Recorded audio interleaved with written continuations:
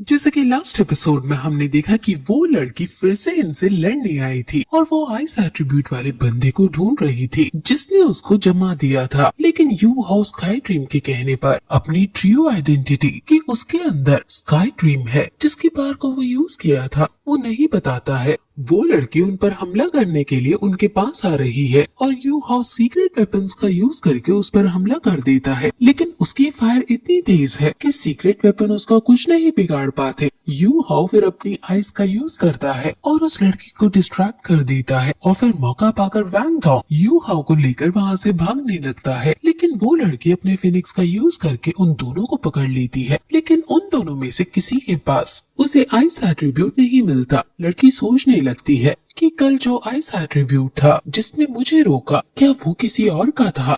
वो लड़की फिर इनको यही भटक कर जाने लगती है और कहती है कि मुझे पता है कि तुम दुखी हो कि मैंने ऐसा बर्ताव किया, लेकिन तुम प्रैक्टिस अच्छी करो, कल्टीवेट करो ताकि तुम जब इनर कोर्ट में आओ तो तुम खुद पर होने वाली बुली को खुद रोक पाओ।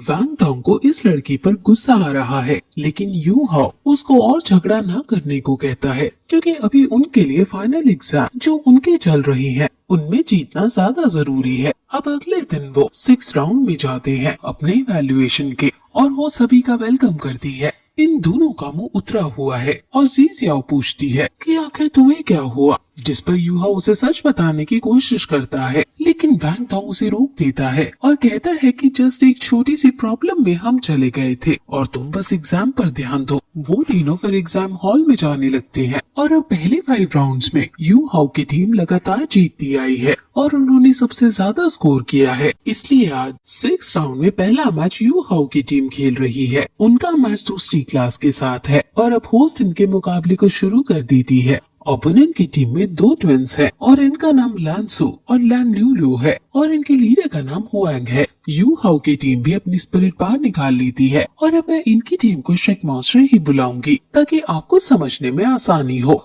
वो ट्विंस आपस में बहुत ज्यादा एक दूसरे के साथ कंपैटिबल हैं, इसलिए उनकी पावर बहुत ज्यादा है। वैंग सीधे इन पर हमला करने के लिए आता है और वैंग डॉग उस पर काउंटर अटैक करता है और दोनों में कॉम्बैट फाइट होने लगती है और पहले अटैक में वैंग डॉग हुआंग को दूर पटक देता है, लेकिन हुआंग तुरंत ऊपर उठकर वैंग डॉग पर हमला करने लगता है और अपनी फर्स्ट स्पिरिट टेक्निक जिसका नाम किंग कॉन्ग स्ट्रॉन्ग फिस्ट है उसका यूज करता है और वो उससे जोर से वैंग डॉग को मारने की कोशिश करता है, लेकिन जियाओ अपने पॉट को उसके आगे लेकर वैंग डॉग को बचा लेती है। वैंग की गार्डियन स्पिरिट मंकी किंग की है और अब वैंग डॉग अपनी फर्स्ट स्पिरिट रिंग जिसका नाम कटिंग विंग्स है उसका यूज करता है और वो ट्विंस उसको रोकने के लिए अपनी फर्स्ट स्पिरिट रिंग को यूज करके वहाँ बहुत सारे डिफेंस क्रिएट करने लगती है, जिससे वैंग डॉग बचते हुए आगे बढ़ रहा है। उनका ये गेंस डिफेंस बहुत ज्यादा बड़ा है और यू हाउ उसको ओवरकम करने का कोई तरीका सोचने लगता है और फिर तभी यू हाउ अपनी फर्स्ट माइंड टेक्निक जिसका नाम माइंड डिवीजन है उसका यूज करता है,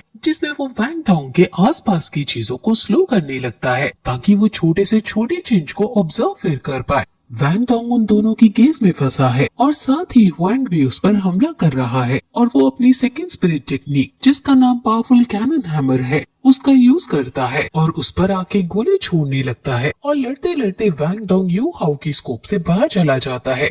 यू हाउ स्कोप को बढ़ाने की कोशिश करता है और वैंग डॉग अब ओपोनेंट की लोकेशन को लोकेट कर पाने में परेशानियों का सामना कर रहा है। यू हाउ बढ़ते बढ़ते 60 मीटर फिर 80 मीटर और फिर 94 मीटर पर ले जाता है और फिर फाइनली वो 100 मीटर को क्रॉस कर देता है, जिससे वैंग डॉग उनके सभी अटैक से डॉज कर देता है। हुआंग ये देखकर हैरान है, लेकिन वो समझ जाता है कि ये हुआंग की वजह से ऐसा कर पा रहा है, इसलिए वो तुरंत ट्विंस को वैंग डॉग को संभालने को कहता है और खुद यू हाउ से लड़ने चला जाता है। ट्विंस अपनी गार्डियन स्पिरिट टेक्निक का यूज करती है और अब जब यू हाउ वैंग से लड़ने में बिजी हो जाता है और वो ट्विंस अपनी यूनाइटिंग टेक्निक का यूज कर देती है तो वैंग डॉग उनके कब्जे में आ जाता है। यू हाउ घोस्टली ट्रीज का यूज करके वैंग से बच रहा है। यू हाउ के पास कोई भी अटैक स्किल नहीं है और वैंग डॉग अभी मुश्किल में है। जियाओ को समझ नहीं आ रहा कि उसे क्या करना चाहिए, लेकिन तभी यू हाउ कहता है कि तुम वैंग डॉग को बचाओ, इसलिए वो फिर अपनी फर्स्ट स्पिरिट रिंग जिसका नाम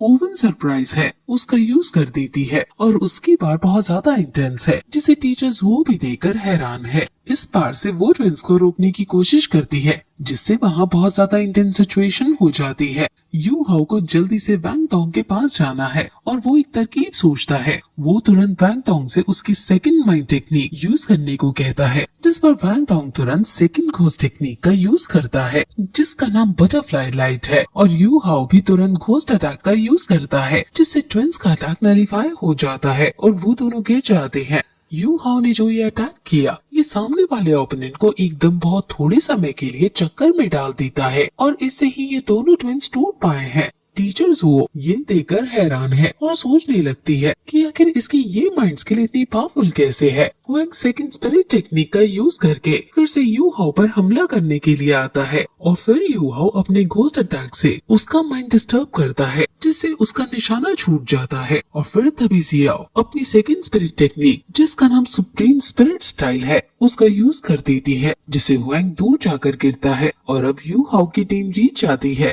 ये तीनों बहुत ज्यादा थक गए हैं लेकिन अंत में ये जीत चुके हैं और पूरी ऑडियंस इनके नाम के जय जयकार करने लगती है। टीचर्स वो भी बहुत खुश होती है कि उसके पढ़ाए हुए बच्चे जीत रहे हैं। अभी तो इन्हें 4 मैच आज और लड़ने हैं लेकिन अभी ही वो थक गए हैं और सबसे ज्यादा वैंग टोंग इसमें अफेक्ट हुआ है इसलिए यू हाउ उसको रेस्ट करने को कहता है और कहता है कि मैं और जियाओ अब यहाँ से खेल संभालेंगे। अब अगले मैच में वैंग टोंग जो कि रेस्ट कर रहा है अकेले ही यू हाउ और जियाओ अपने ओपोनेंट को हराने लगते हैं जो ये सिग्निफाई करता है कि इनकी स्ट्रेंथ अब बढ़ती जा रही है।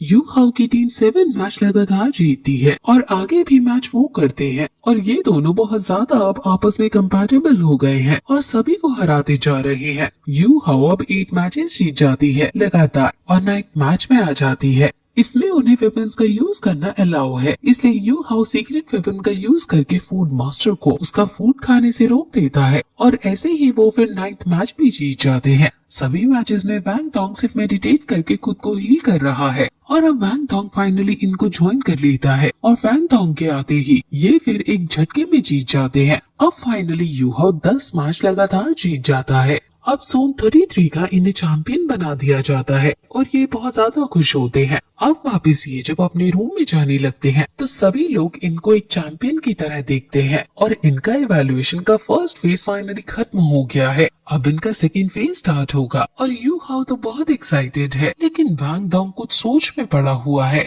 वो वैंग टोंग से पूछता है कि तुम ऐसा क्या सोच रहे हो इतनी देर से, जिस पर वैंग टोंग कहता है कि मैं फर्स्ट मैच के बारे में सोच रहा था। मुझे लगता है कि फर्स्ट मैच में कुछ अजीब था आज के। मेरी सेकेंड स्पिरिट टेक्निक उनसे कहीं ज्यादा स्ट्रॉन्ग है लेकिन फिर भी उन्होंने unification technique of guardian spirit से मुझे हरा दिया। लेकिन फिर जब तुमने घोस्ट टेक्निक अपनी यूज की तब वो हारी। आखिर तुमने ऐसा क्या यूज किया था जब जिससे वो हार गई? क्या तुम्हारे पास कोई और भी स्पिरिट टेक्निक है? यू हाउ उसे नहीं बता सकता इसलिए वो चुप ही रहता है लेकिन उसको उसे बताने का मन है क्योंकि वो बहुत समय से वैंग टोंग के साथ है और वो उसे अच्छे से समझता है। क्योंकि अगर उसे बाद में मेरे झूठ के बारे में पता चला तो उसे बहुत ज्यादा दुख होगा। वो सोच में पड़ जाता है कि उसे क्या करना चाहिए। वो फिर उसे इनडायरेक्ट वे में बताता है कि उसके पास गार्डियन स्पिरिट ऑब्जेक्ट है जो उसके माइंड आई में है और ये गार्डियन स्पिरिट बहुत सारे मिरेकल्स रखती है अपने अंदर। उसके स्पिरिट आइज भी पर्पल जेमिनी को प्रैक्टिस करने के बाद म्यूटेट हो गई हैं, जिसकी वजह से वो अपनी घोस्ट टेक्निक्स को अटैक टेक्निक्स में भी बदल सकता है। और मेरी तो अभी बार बहुत कमजोर है।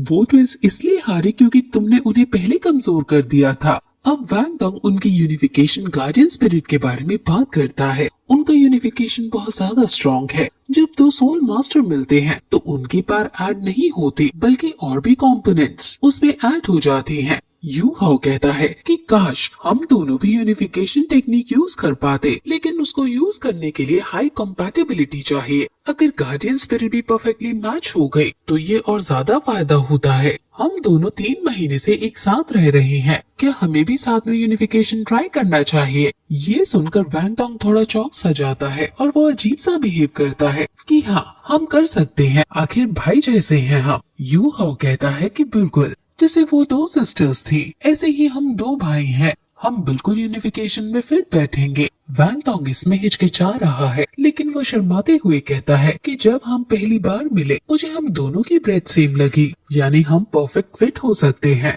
यू हाउ फिर एक्साइट होकर कहता है कि तो चलो हम इसे ट्राई करते हैं और कंपैटिबल होने के लिए पहले फिजिकल कांटेक्ट बनाते हैं। वो वैंग डोंग की तरफ बढ़ रहा है और वैंग डोंग उसे पीछे हटा रहा है कि पहले हमें एक दूसरे की मेंटल फ्लो को एक दूसरे की बॉडी में ले जाना होगा। यू हाउ पूछता है तो इसके लिए क्या करना चाहिए, क्या हम गले मिले? वो फिर उसे गले मिलने जाने लगता है, लेकिन वैंग डोंग शर्माते हुए उसे दूर फेंक देता है और कहता है कि हम सिर्फ हाथ मिलाएंगे। यू हाउ कहता है कि तुम लड़कियों की तरह शर्मा क्यों रहे हो, हम दोनों ही एडल्ट मैन हैं और चलो अब मेंटल पावर को एक्सचेंज करें।